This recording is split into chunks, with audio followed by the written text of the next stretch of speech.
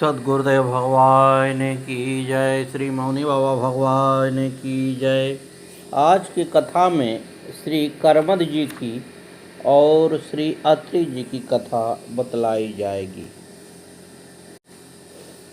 एक बार स्वामी नारायण अपने शिष्य के साथ घूमते घूमते एक गांव में पहुँचे।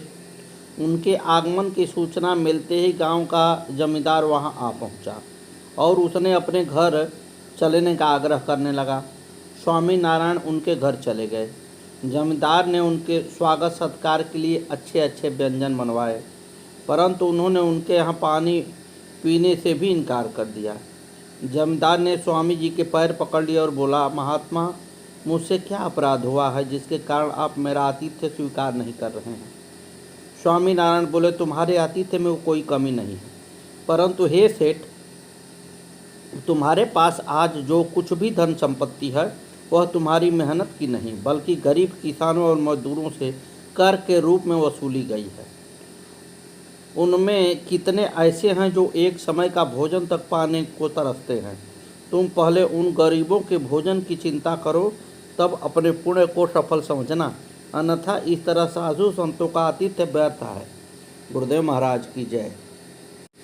हरेंद्र बताते हैं कि गुरुजी मौनी बाबा की रामरती माता जी पर असीम कृपा थी।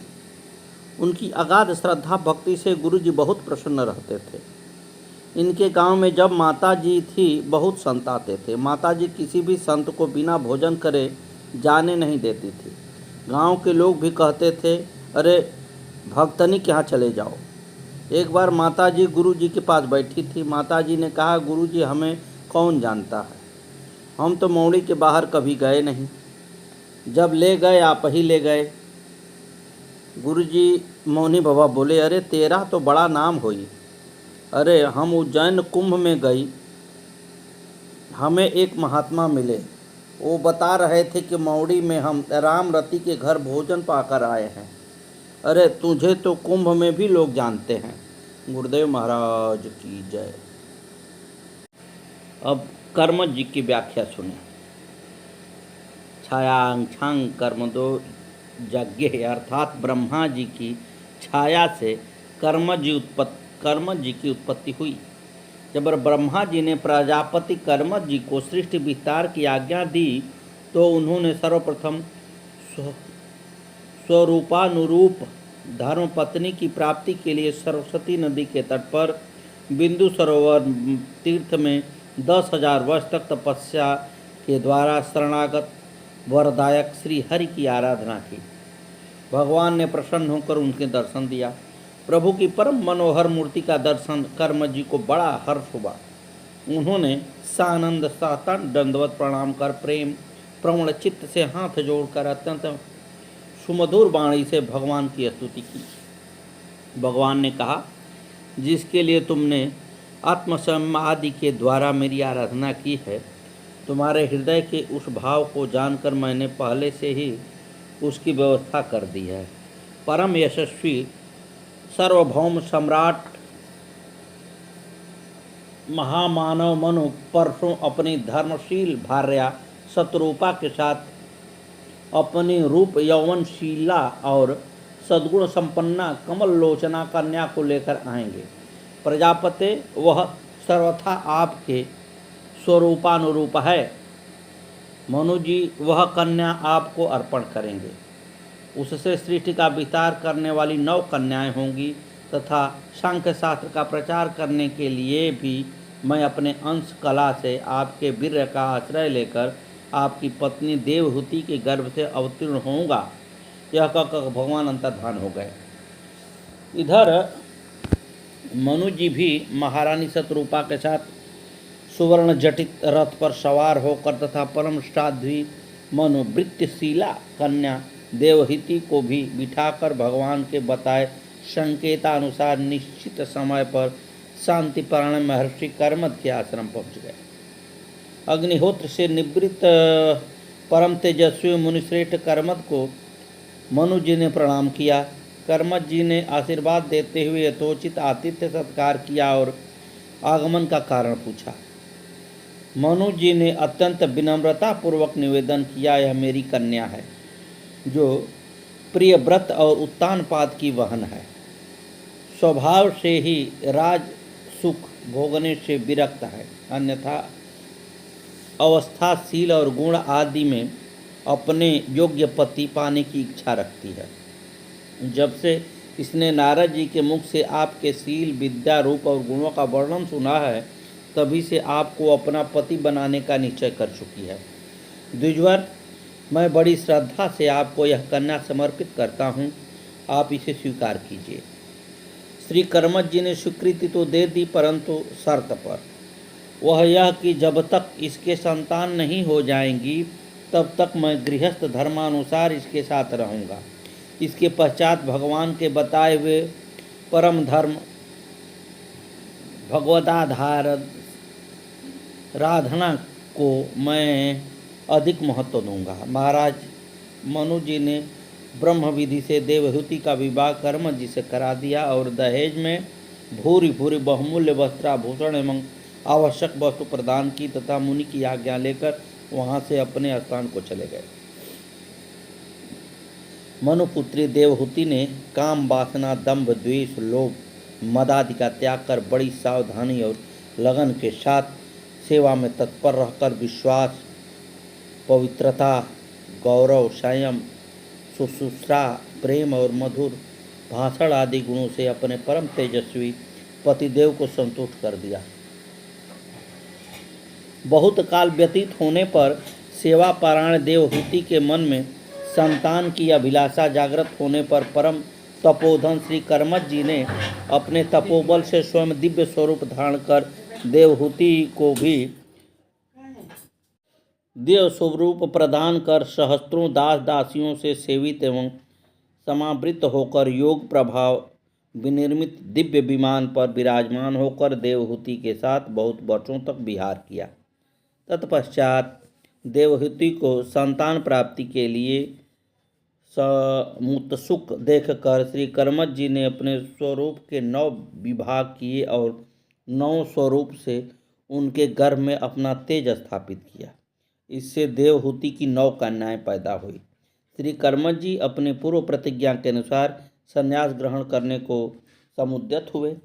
पतिदेव के हार्दिक अभिप्राय को जानकर देवहूति ने बड़ी विनम्रता पूर्वक कन्याओं को योग्य वरों के हाथों में सौंपने तथा वन चले जाने पर अपने आधार के लिए एक पुत्र की प्रार्थना की।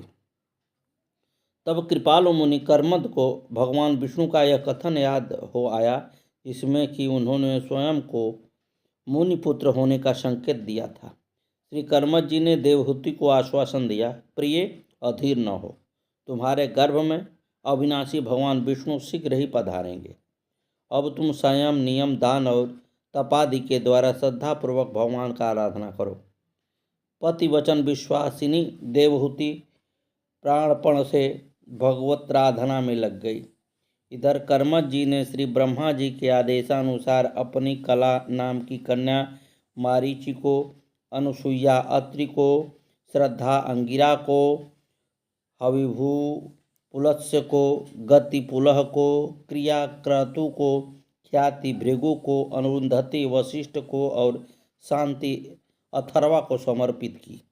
ये ऋषि लोग श्री कर्मठ जी की आज्ञा लेकर अति आनंद पूर्वक अपनी अपनी पत्नियों के साथ अपने अपने आश्रम को चले गए।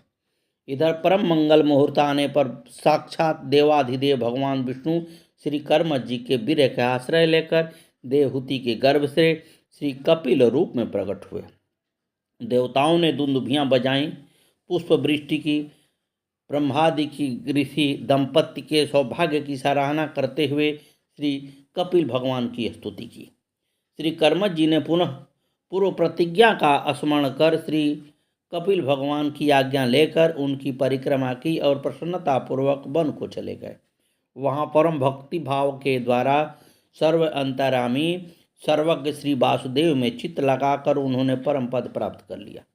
भगवान श्री कपिल देव भी माता देवहूति को तत्व ज्ञान का उपदेश देकर गंगा सागर संगम पर जाकर भजन में प्रवृत्त हो गए। देवहूति जी की भगवान के श्री चरणों का अनुचिंतन करती हुई भगवत धाम को प्राप्त हुई। अब श्री अत्रि जी को सुने। ये भी महर्षि मरीचि की भांति ब्रह्मा जी के मानस पुत्र और प्रजापति हैं। ये दक्षिण दिशा में रहते हैं। इनकी पत्नी अनुसुईया भगवतावतार कपिल की भगिनी है तथा कर्मद प्रजापति की पत्नी देवहूति के गर्भ से पैदा हुई हैं। जैसे महर्षि अत्रि अपने नाम के अनुसार त्रिगुणातीत थे, वैसे ही अनुसुईया भी असूयारहित थी। इन दंपत्ति को जब ब्रह्मा ने आज्ञा की कि सृष्टि करो, तब इन्होंने सृष्टि करने के लिए तपस्या करने का विचार किया और बड़ी घोर तपस्या की। इसके तप का लक्ष्य संतानोत्पादन नहीं था, बल्कि इन्हीं आँखों से भगवान का दर्शन प्राप्त करना था। इनकी श्रद्धापूर्वक दीर्घकाल की निरंतर साधना और प्रेम से आकृष्ट होकर ब्रह्मा विष्णु महेश तीनों ही देवता प्रत्यक्ष उपस्थित हुए। उस समय ये दोनों उनके चिंतन में इस प्रकार तल्लीन थे कि उनके आने का पता तक न चला। जब उन्होंने ही इन्हें जगाया, तब ये उनके चरणों पर गिर पड़े, किसी प्रकार संभल कर उठे और गदगद वाणी से उनकी स्तुति करने लगे। इनके प्रेम, सच्चाई और निष्ठा को देखकर उन्हें बड़ी प्रसन्नता हुई और उन्होंने वरदान मांगने को कहा। इन दंपत्ति के मन में अब सांसारिक सुख की इच्छा तो थी नहीं, परंतु ब्रह्मा की आज्ञा थी सृष्टि करने की और वे इस समय सामने ही उपस्थित थे। तब उन्होंने और कोई दूसरा वरदान न मांगकर उन्हें तीनों को पुत्र रूप में मांगा और भक्ति परवश भगवान ने उनकी प्रार्थना स्वीकार करके एवं अस्तु कह दिया। समय पर तीनों ही इनके पुत्र रूप में अवतार ग्रहण किए। विष्णु के अंश से दत्तात्रेय, ब्रह्मा के अंश से चंद्रमा और शंकर के अंश से दुर्वासा का जन्म हुआ, जिनकी चरण धूलि के लिए बड़े बड़े योगी और ज्ञानी तरसते रहते हैं। वे ही भगवान अत्रि के आश्रम में बालक बनकर खेलने लगे और दोनों दंपत्ति उनके दर्शन और वात्सल्य स्नेह के द्वारा अपना जीवन सफल करने लगे। अनुसुईया को तो अब कुछ दूसरी बात सूझती न थी, अपने तीनों बालकों को खिलाने पिलाने में ही लगी रहती। इन्हीं के पतिव्रत्य सतीत्व से प्रसन्न होकर वन गमन के समय स्वयं भगवान श्री राम सीता और लक्ष्मण के साथ इनके आश्रम पर पधारे और इन्हें जगत जननी माँ सीता को उपदेश करने का गौरव प्रदान किया। कहीं कहीं ऐसी कथा भी आती है कि महर्षि अत्रि ब्रह्मा के नेत्र से प्रकट हुए थे और अनुसुईया दक्ष प्रजापति की कन्या थी। यह बात कल्प भेद से बन सकती है। अनेकों बार बड़ी बड़ी आपत्तियों से इन्होंने जगत की रक्षा की है। पुराणों में ऐसी कथा आती है कि एक बार राहु ने अपनी पुरानी शत्रुता के कारण सूर्य पर आक्रमण किया और सूर्य अपने स्थान से च्युत हो गए, गिर पड़े।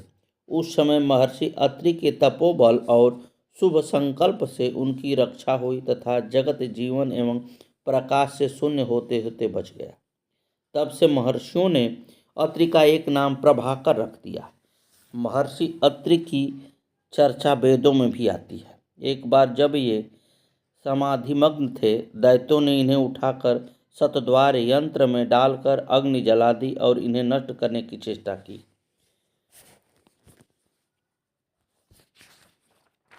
किंतु इन्हें इस बात का पता तक न था। उस समय भगवत प्रेरणा से अश्विनी कुमारों ने यहाँ पहुंचकर इन्हें बचाया। धर्मशास्त्रों में अत्रि संहिता एक प्रधान स्मृति है और हमारे कर्तव्यकर्ता का निर्णय करने के लिए वह एक अमूल्य ग्रंथ रत्न है। इसके विस्तृत और पवित्र जीवन की चर्चा प्रायः समस्त आर्क ग्रंथों में आई है। गुरुदेव महाराज की जय।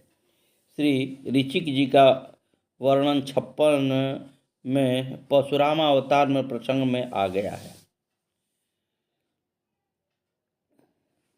सद्गुरुदेव भगवान की जय। आगे की कथा कल।